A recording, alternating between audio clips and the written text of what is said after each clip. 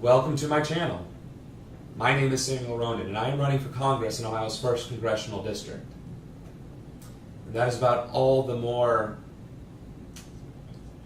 joy and happiness that I can offer, because today's topic is one that hits a far too close to home. You see, there was a Nazi rally, a white supremacist rally, a white nationalist rally, an alt-right rally, if that's what you want to call it, this past weekend in Charlottesville, Virginia, that resulted in the death of 3 people and the injuries of over a dozen more. Now, I want to qualify that a little bit with a bit of perspective and background. As some of you may know, I'm from Germany. I am born from Germany. I am a first-generation immigrant to these United States, and that I held dual citizenship for most of my life until I enlisted in the United States Air Force. And to see this kind of hate and rhetoric manifest itself in a rally, not in a historical context, not as a newsreel about World War II during this time, but in the present, in real time, being live streamed on social media and talked about on the news in the year 2017 bothers me profoundly.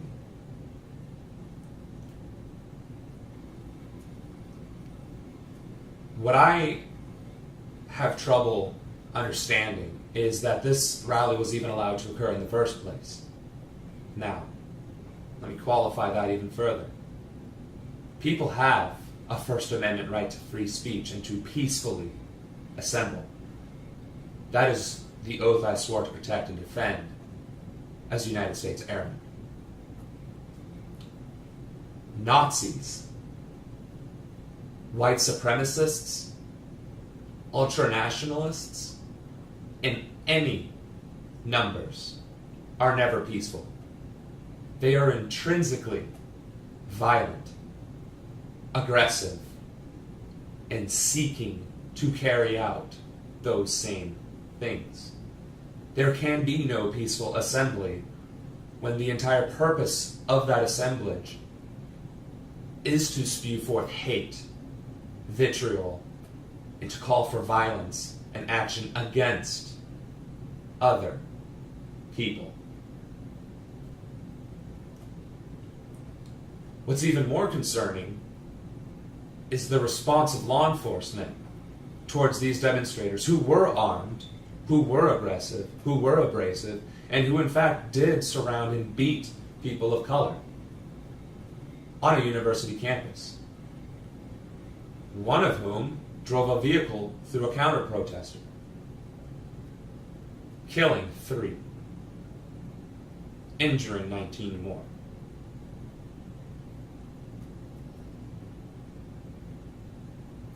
People like Philando Castile get killed without a second thought or moment of hesitation because law enforcement feared for their lives. DAPL protesters get maced and attacked and beaten down for defending water. Occupy Wall Street gets maced in the face for protesting against Wall Street influence in our government and political processes. Yet people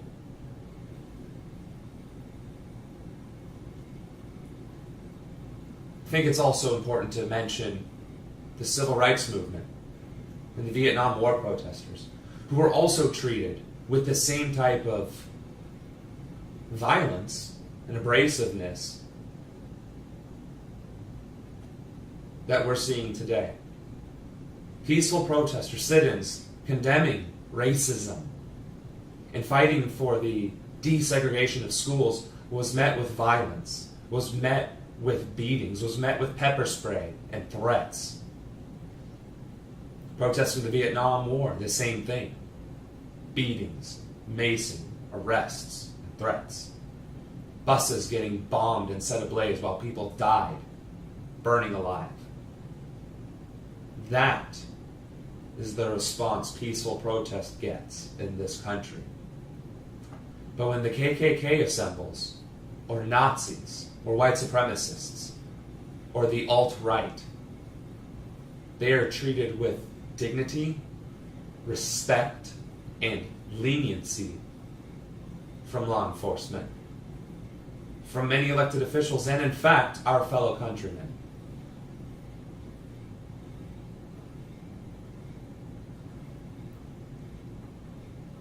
That is incredibly telling. And it breaks my heart. It makes me really question, what will it take for Americans, for our fellow countrymen, to say enough is enough? That this is a line that will not be crossed, and that we will not allow it to continue. If Nazis, not figurative, not metaphorical, Nazi saluting, Nazi chanting, Nazi flag waving, Nazi armband wearing, Nazis marching in the streets of Charlottesville, Virginia in the year 2017, if that is not enough to cause outrage, universal, unequivocal, united outrage among our countrymen, then what will be?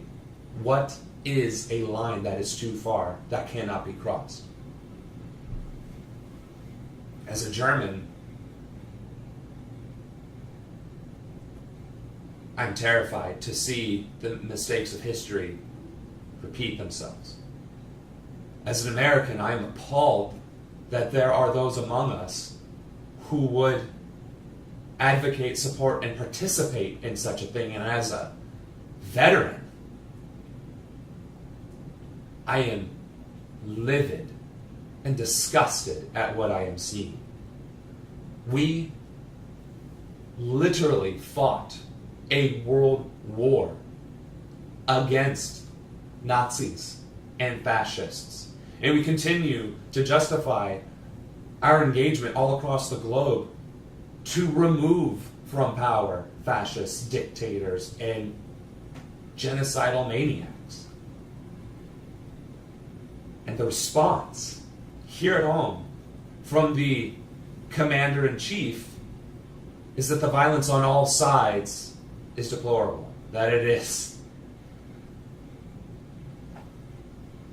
It took him 3 tweets after hours of silence to somewhat get it right.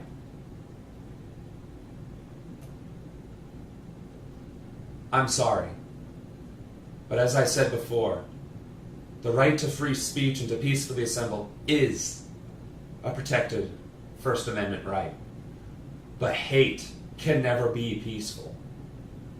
You can say whatever you want. You can say you hate whatever demographic you'd like. You can say that. But when you and like-minded people gather saying those same things, that is an immediate threat to everyone that you are directing those words towards. The entire Jewish community right now has to question. There are people living today here in the United States of America who survived Nazi Germany, who have barcodes on their wrists from where they were treated like subhumans and exterminated like a pest, systematically, deliberately, while a country stood by and did nothing. Some might argue they weren't aware. This is how that started. And the fact of the matter is, the people who are speaking about these things were the same ones who did it 80 years ago. They are still calling themselves Nazi. They are still flying around the flag. They are still wearing the regalia, giving the same chants, doing the same salutes. They are Nazis. That is not a misconception or hyperbole. That is what they are. That is what they are doing. That is what they are fighting for and marching for on our soil, in the United States of America.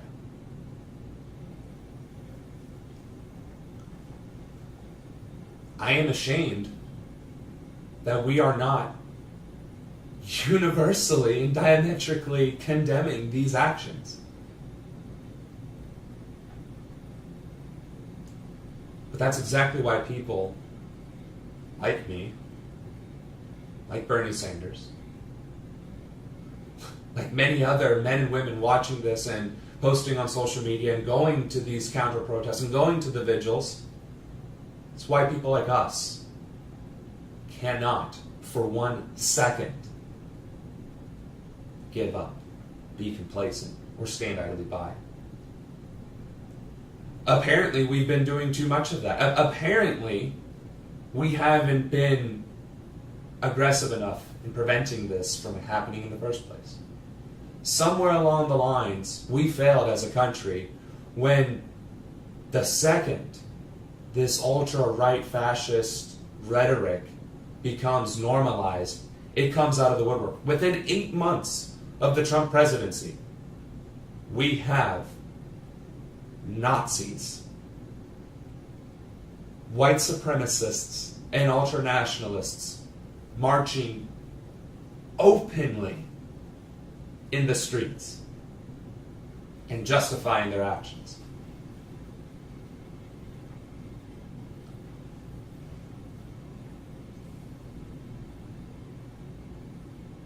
This is a dark day in American history, and I imagine it's only going to get darker. We are in a historic moment. There are so few instances in one's lifetime where you can say that this is a moment that will be in the history books, that will be remembered, and that 20 or 30 years from now, I'm going to have to respond for my actions of those days, of those years, of those months, of that time. That I will have a responsibility and an obligation to tell the generations that came after what I did and where I was when this happened.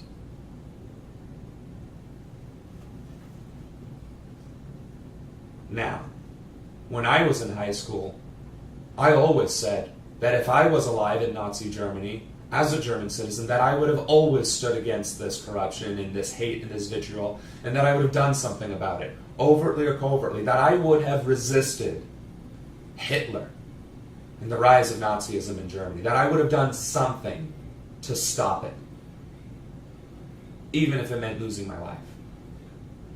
I am relieved, if not disgusted, that I have been put to the test and that I have passed that test. I should never have been put to that test, and no one in this country should have been put to that test, because that test should have never, ever existed in the first place. It should not be a test to have to relive Nazi Germany and the genocide of the Jewish people. It should not be a test to have to witness the civil rights movement be reborn because of the violence and the rhetoric and the vitriol of the far right coming to prominence once again in our country. These are not things that we should still be discussing. Civil liberties, civil rights, humanity, civility, compassion, respect for your fellow man and your fellow American. But yet that test is upon us. And it is up to us to pass or to fail that test and to live with those consequences.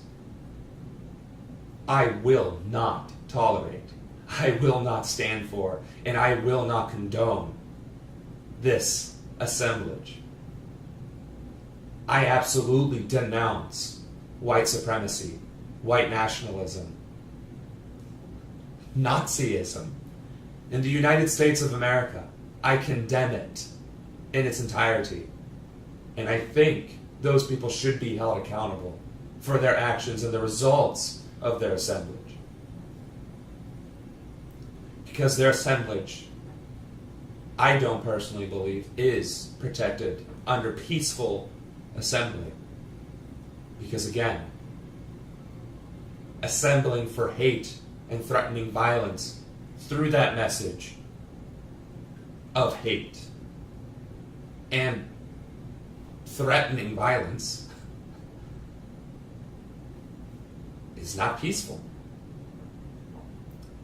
And my opponents are more than happy to use that against me. Both Republicans and other Democratic candidates who may eventually run against me. Please try and condemn a naturalized American citizen from Germany who served in the armed forces for having a problem with and condemning Nazi rallies in my country. Please make my day.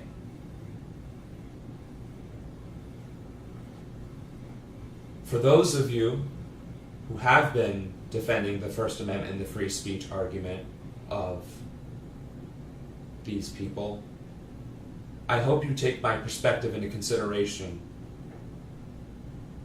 when you choose to repeat those statements or those arguments.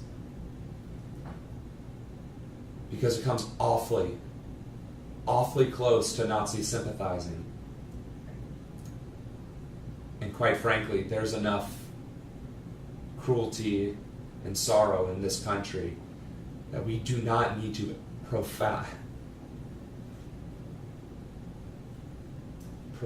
it by normalizing Nazi rhetoric in our media and in our day-to-day conversations. So with that being said, I'd like to take a moment to remember the fallen who died at the hands of Nazis. I don't know all of their names, but I do know one name, and her name was Heather. So if we could just,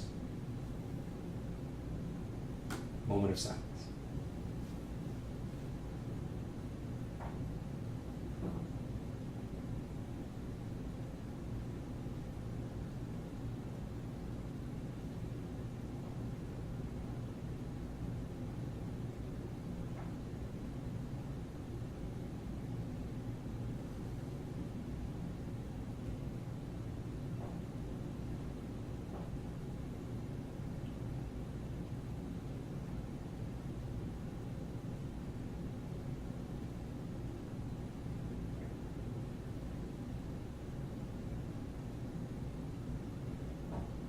Heather was arguably everything we should aspire to be. Compassionate and fearless. Those two things are not mutually exclusive. Courage and compassion absolutely go hand in hand. And in some ways more so than courage in being able to fight, or to be under fire, or to run into a burning building and save lives. Compassion and courage and fearlessness. I hope that I can live up to her example, because she set an incredibly high bar. So did everyone who was there that day and faced down that act of violence. And those people who recover, they are warriors. They actually are true patriots. They are doing exactly what our founding fathers wanted us to do, and why protesting in peaceful assembly is a protected First Amendment right. So that people can see where they should stand. what they should do and how to get involved.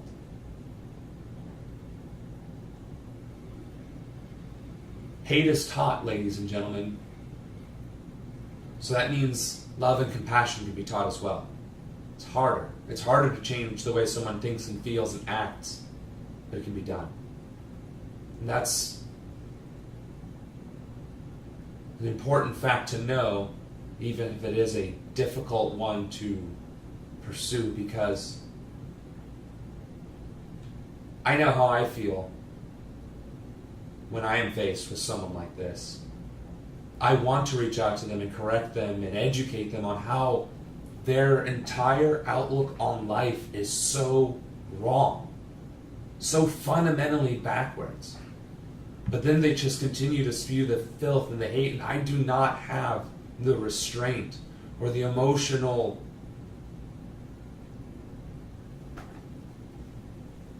I don't even know what to describe. I don't even know how to describe it. I cannot understand how there are people who have read history, who have gone to school and learned about Nazis and white supremacy and ultranationalism, and then regurgitate that rhetoric.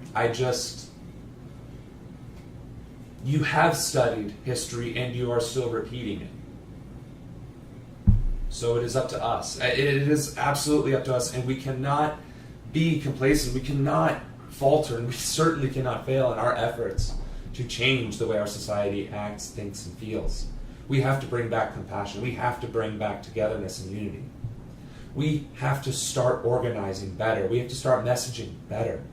We have to start working together. We cannot allow ourselves to be divided by niche beliefs, because guess what? We're divided over fighting for this social problem or this scientific issue or this whatever problem. Climate change, clean energy, women's rights, the right to vote, ending gerrymandering, getting money out of politics. We're all fighting arguably for the same thing, but we're focusing on our own issue. While Nazis are rallying and marching in the streets, and their message is growing stronger.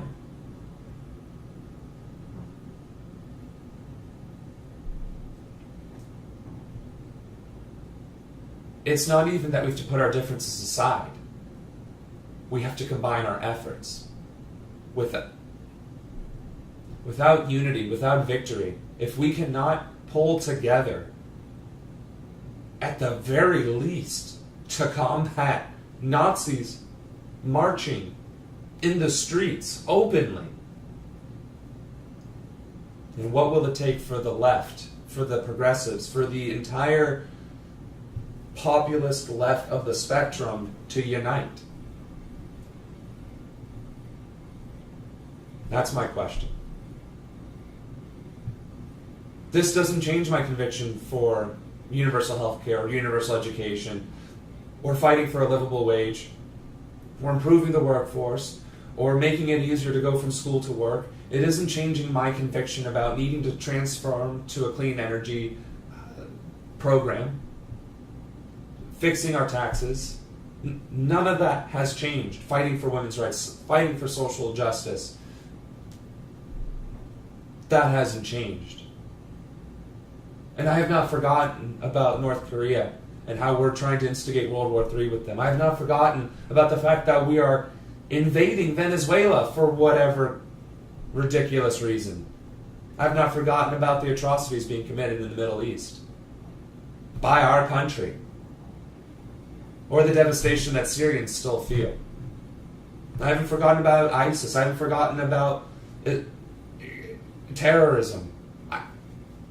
I have not.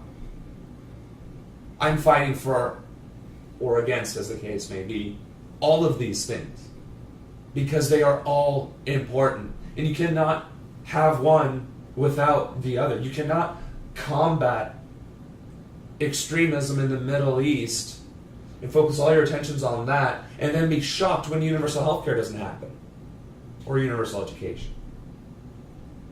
They all go hand in hand. If you want to fix the country, if you want to reform our government, it must be a full, sweeping change. And that doesn't happen by getting one person elected. It doesn't happen by getting 3 people elected. It happens by a fundamental, across-the-board, clean slate, a progressive slate, a common sense, common citizen, regular American slate of candidates. And it means volunteering for those campaigns, and it means running for office if there isn't somebody doing that already. And it means if you live in a state where you can't run as an independent or a Green Party or a third party, then you run as a Democrat or you run as a Republican, because what matters is that you win so that you can be in office and so that you can make a difference. Protesting is one part of that. But if you protest, you cannot write legislation, you cannot vote on legislation, you cannot pass legislation. You can highlight a problem. You can magnify a problem. You can let your friends and your neighbors know that this problem exists, and you can hope that media outlets and the news and MSM picks up on it, and that it drives social change. Yes, these are things you can do, and they are important, they are necessary, but we must also win elections. We must get people elected, and we must support them. And there's no such thing as a perfect or a pure candidate. Because even as I speak to you today, and I run an unapologetic progressive platform where I will say words like universal health care, universal education, clean energy initiatives, condemning the war on terrorism, condemning Nazism in the United States. I do have opinions that you may not agree with.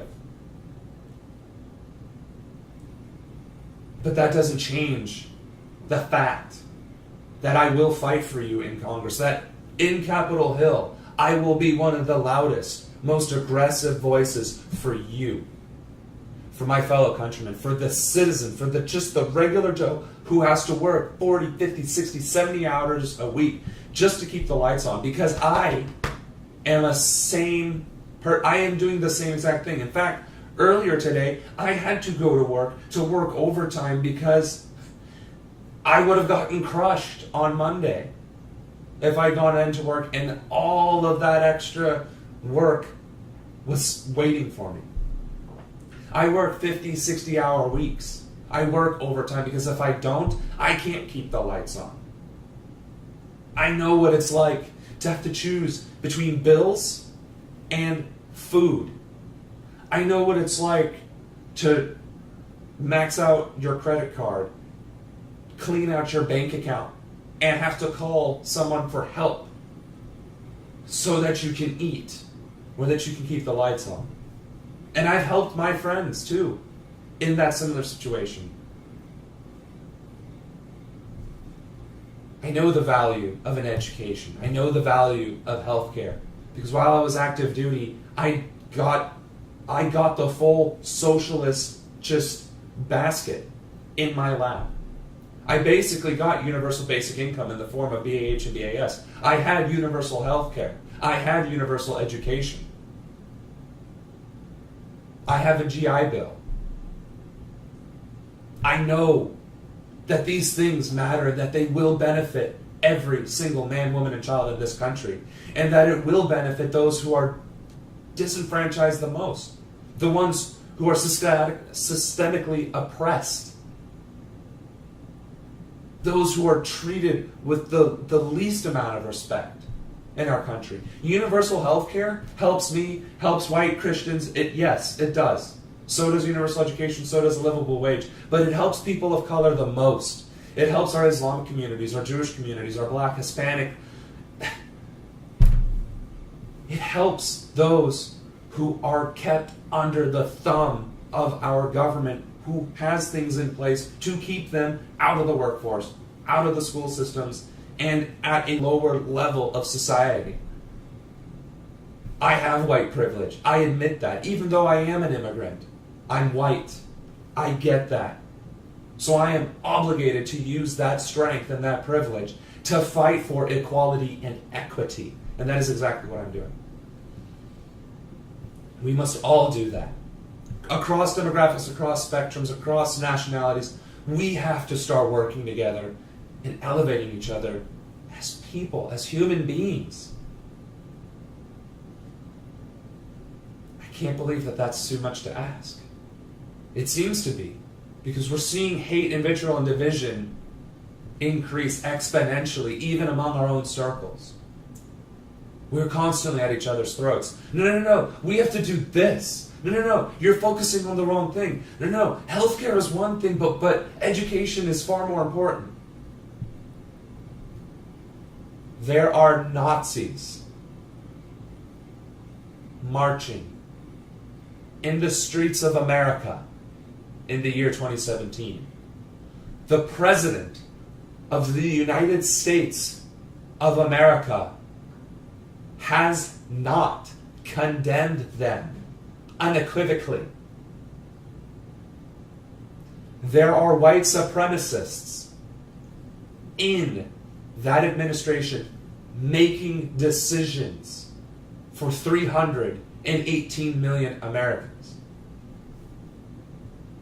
There are people in elected office all up and down the ballot, across the spectrum, across the country, who are doing the same thing. This is not just Trump. Trump is a symptom. He is not a problem. Or he isn't the problem. He's a symptom. He's a result of. The problem is that we, as a country, do not take action in a united front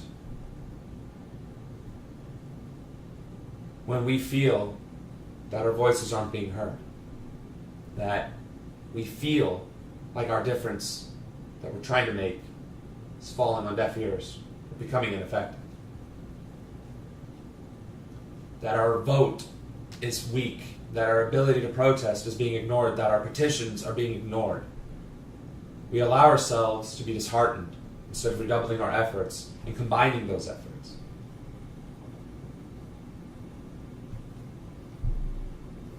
We simply cannot do that. We simply cannot allow that trend to continue. And I'm asking you, I am pleading with you to please vote. Register to vote. Get your friends and family to vote. Get them to take just 5 minutes of their day to listen to the news, to participate in politics, to educate themselves on their candidates in their local area, if nothing else. We are not living in a time, in a historical moment, where we can afford to brush off politics.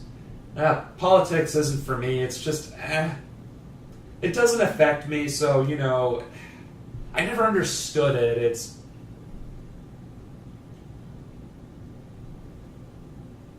Nazis are secure enough and brazen enough and confident enough in the way things currently stand in our society to not just apply for a permit for a rally, to not just organize and advertise such a rally, but to hold that rally in broad daylight without any sort of mask or mystery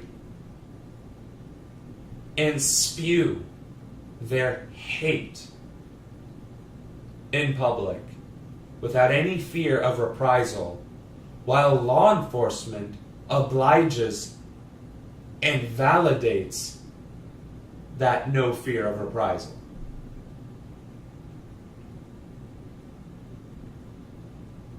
If ever you wanted to make a difference in the course of history, if ever you wanted to be a part of something that was much larger than yourself, now is that time. 2017, 2018 elections, those are the things you can make a difference in.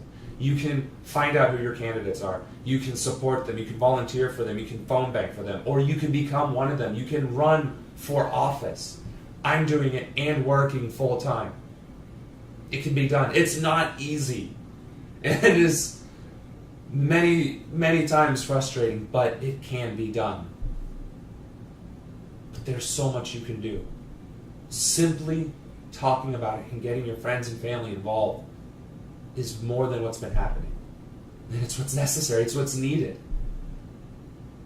So I urge you to get involved and to talk to those who refuse to convince them otherwise.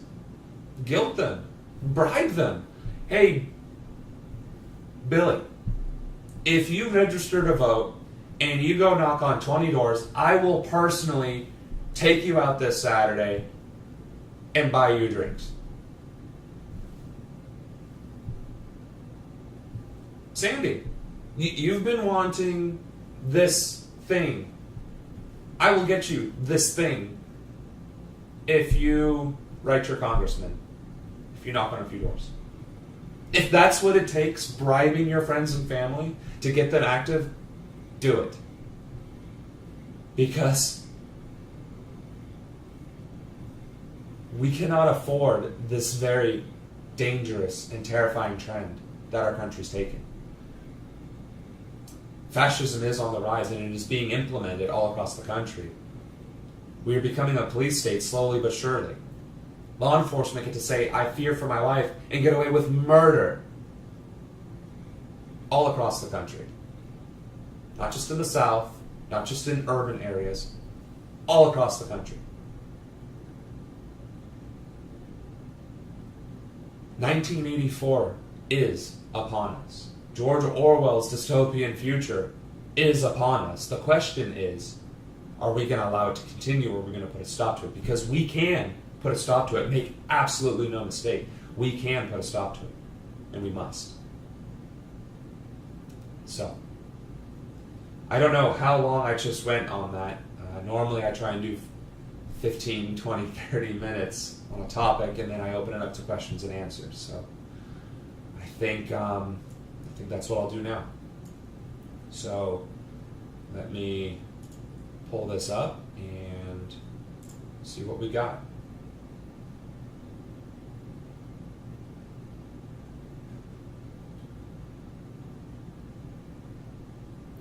Yeah, chaos is a ladder. I believe liberal values will win in the free marketplace of ideas, but you have to have a free marketplace of ideas in order to have a conversation. You're right. And part of that, again, unapologetic progressive platform, I'm all for universal health care. Medicare for all is a great first step. I want to take it to that next level. Well, I can't have that conversation with some of my conservative constituents because my district is like a +6 Republican district. But I can still talk about universal health care and Medicare for all to a conservative. I just have to say it in such a way that they will understand it. And that's the free marketplace of ideas. We have to be on the same page. And we have to speak each other's language. That doesn't mean you have to acquiesce to me, and it doesn't mean I have to acquiesce to you. It means that we have to work towards conversing so that we can be on the same page. Now, there are some subjects that there is no middle ground, that there is only one side or the other, and some of those subjects are including, but certainly not limited to, Nazis marching in the streets of America. That is wrong. That is just unacceptable. No argument that does not involve condemning that fact is valid. Anyway.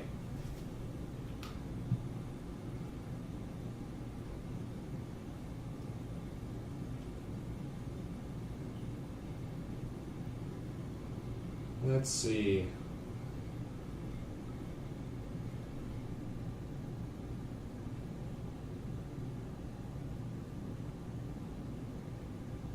Yeah, Jeremy Elwood, you're right. And I mean, I think I made that point earlier, but yes, we do need to have elected officials who condemn it, because what's happening is that there are, of course, elected officials who are condemning it, but there are also those who are silent.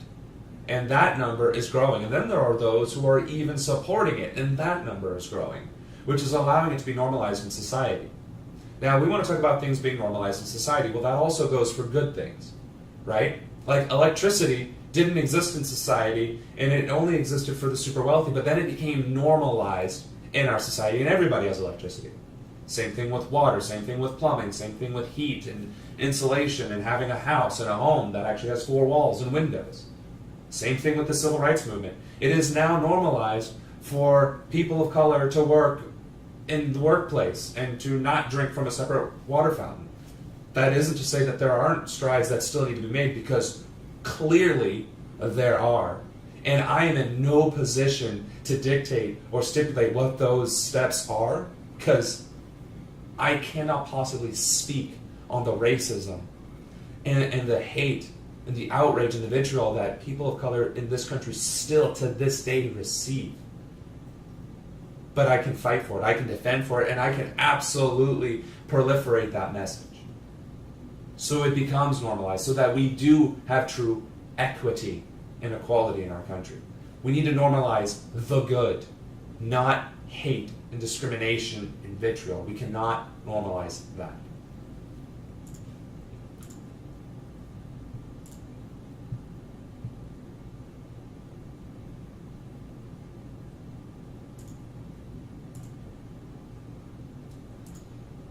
Looking for a couple more questions, comments, and concerns here.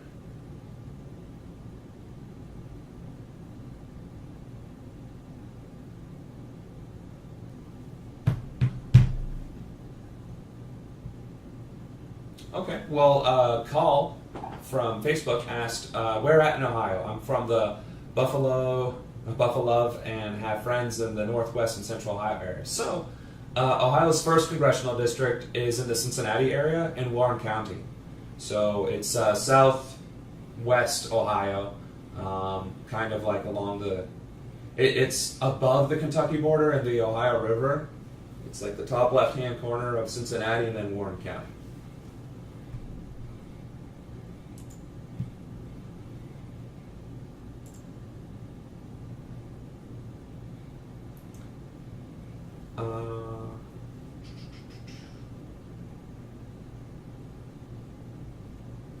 Well, thank you for the support. I mean, you guys, all over the country too, Michigan, California, Northern Ohio. Thank you. I mean, I really appreciate it. So, doesn't look like there's too many questions, which is good. At least the people who are aware of my policies and platform, they are not in question of whether or not Nazism is a problem or not, or why I feel the way I feel. I mean, that's good. I mean, there are certainly worse things that could be asked right now.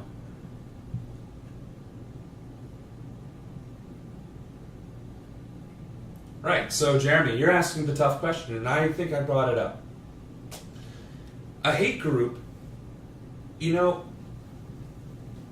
right, it is a slippery slope. And I do condemn hate groups and hate speech.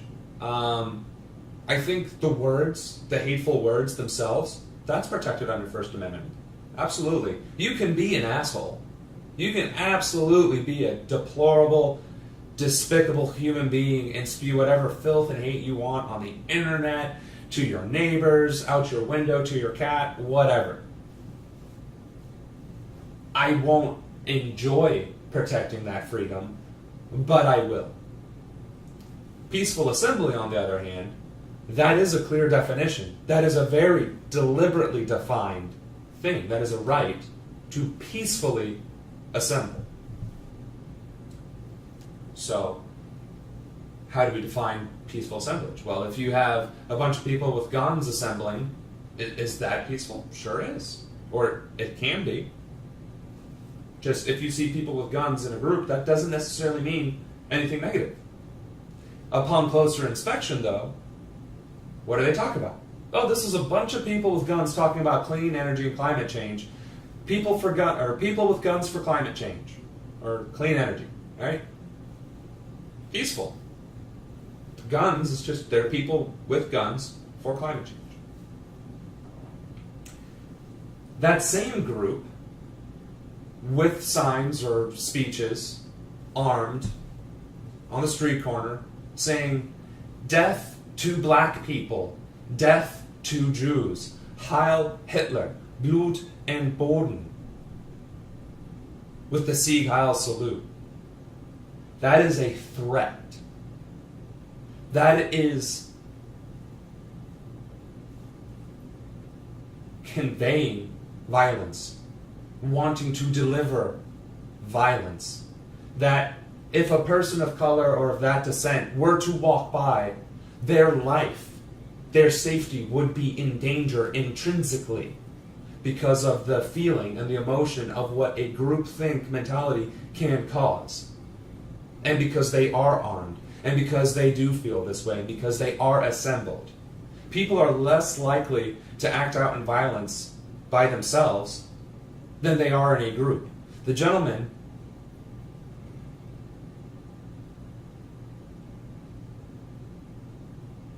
threw up in my mouth a little bit saying that.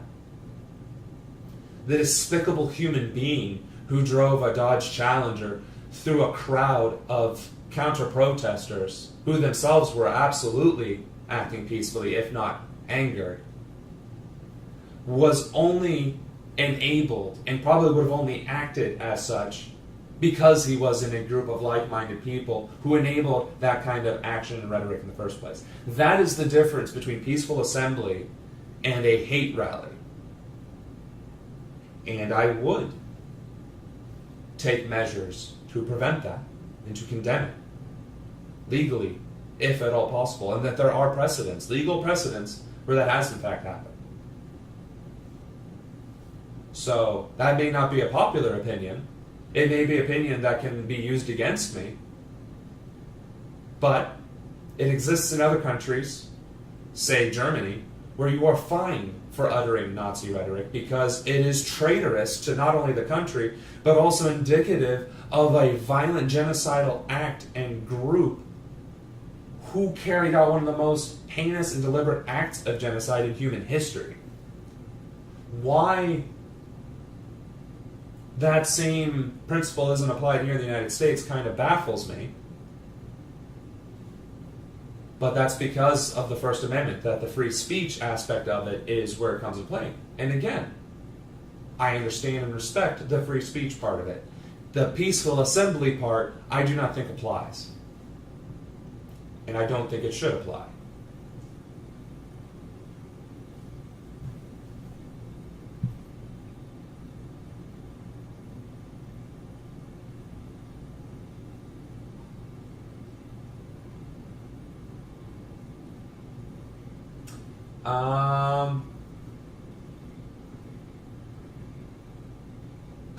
Elizabeth,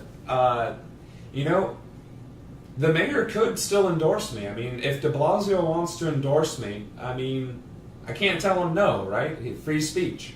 We're just... My personal opinion on the de Blasio endorsement is I think it would be good if he reached out to progressive candidates. But I think he should also apologize for the scandal that's currently unfolding and for putting himself in a position, especially being recorded, where he really didn't live up to his own promises. I think that's something that can be forgiven, or at the very least that it can be worked with. So we'll see what happens in the future. I don't hate the man. I have nothing against the man. As far as that endorsement concerns, it is what it is. And there's people whose endorsements that I absolutely would not accept. For instance, David Duke. If he felt the need, for whatever reason, to endorse me, I would vitriolically condemn him in every form or fashion that I could. But if, say, the DNC's endorsed me, I don't necessarily agree with all their policies or all that they have done, but I would accept that endorsement. I would continue to say that thank you for the endorsement, but I will continue to push for reform within the party, and that is not going to change. So, I just thought I should kind of mention that. So Robert, I'm probably going to mess your name up, Robert Pacuri What's up with militia people who have guns explicitly to attack government if they felt the need to do so? Now see, that's interesting too. Gangs could technically call themselves a militia. They technically could, because they are armed, they are organized, because the government has failed them, or for various other reasons, and that they train to fight against the established government and systems because they fundamentally disagree with it. And that is a protected right in the Constitution, that the people have the right to overthrow their government. That is a right. It is also the right to bear arms. But a well-regulated militia part is the part that's specifically defining that protection. So, what is a well-regulated militia? Is it a gang? No, because who do they report to? Who goes over their training and their responsibilities and the chain of command and so on and so forth? No one, just the gang members themselves. They're not beholden to anyone but themselves. A militia is beholden to the community and the local area, right? And arguably the country. These right-wing, militias like the Bundys, are they well regulated? No. They do not have a commanding officer. There is no structure. There's no rhyme or reason. In fact, they killed each other. They did attack each other. So clearly there isn't even regulation among their own groups. So that's not a militia, other than in name. I hope that answers the question.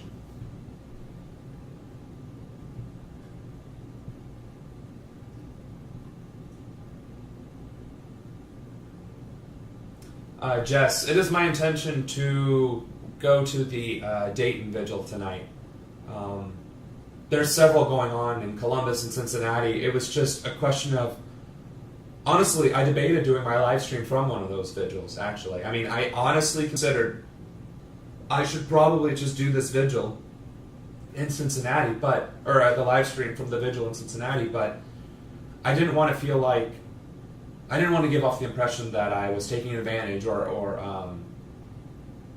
what's the word I'm looking for?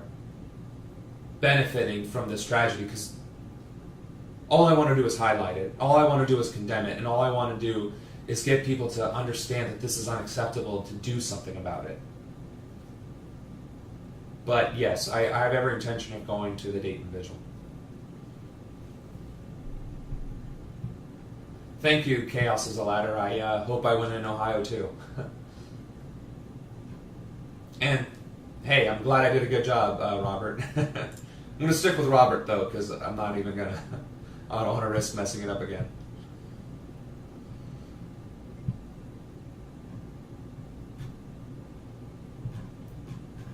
Let's see, any more questions?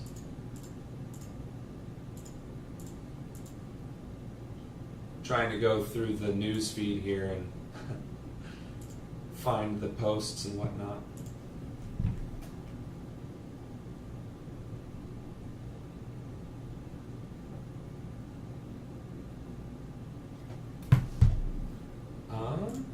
So, I think it's been about an hour anyway, and I think we had a really good, well, I guess we didn't have much of a conversation. It was definitely a one-way stream for the most part.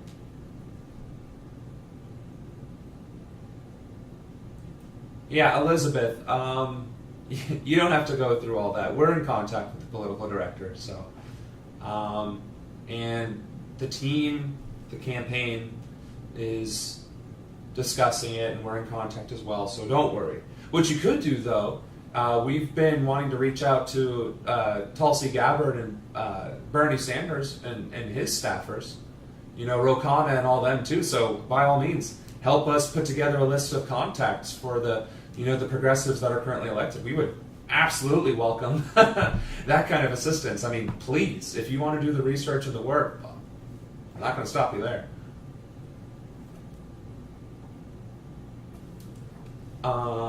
So yeah, I think that covers it. Dayton is about 30 minutes away, so I actually need to kind of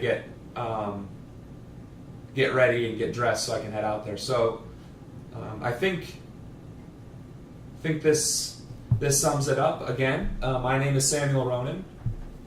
Ronan for Congress. I am running in Ohio's 1st Congressional District. I will be running as a Democrat in the primary, and I will hopefully be winning as a Democrat in the general. I'm running as a Democrat because of ballot access issues and because it is the simplest path forward. And there are some aspects of the Democratic platform that I do agree with. But you know what? There's plenty that I don't agree with and that I wish were changed and that I hope to fix once I'm in office. I will never stop that. I will never stop fighting for the changes and the reforms that we need, and that's the point. Because I'm one of you. So help me get elected. Help fellow progressives get elected. Together, we can guarantee a future for all. Thank you for watching. Thank you for coming. Take care, everybody.